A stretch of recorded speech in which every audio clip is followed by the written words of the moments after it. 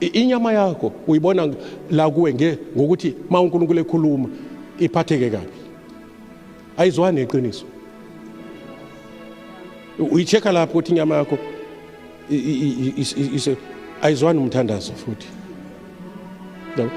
Ukucheka ukuthi sisalindele insindiso yasenyameni, ayizwani ukufunda iBhayibheli.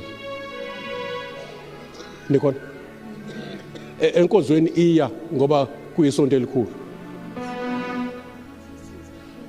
sengathi inganconywa nje, ingalulekwa, sengathi ingashumayela into oyithandayo noto oyidingayo.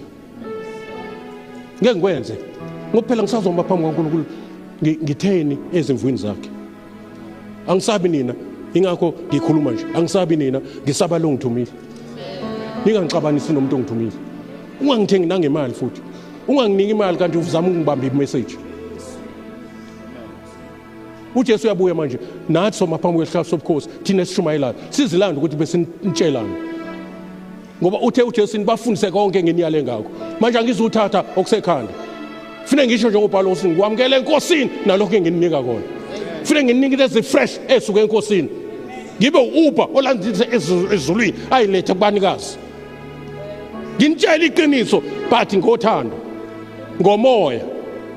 Nani ningizwe ngomoya ngoba ngenyama ngeke ngizwe, noJesu azange bamuzwe, bamhlubuka i70 yonke yahamba.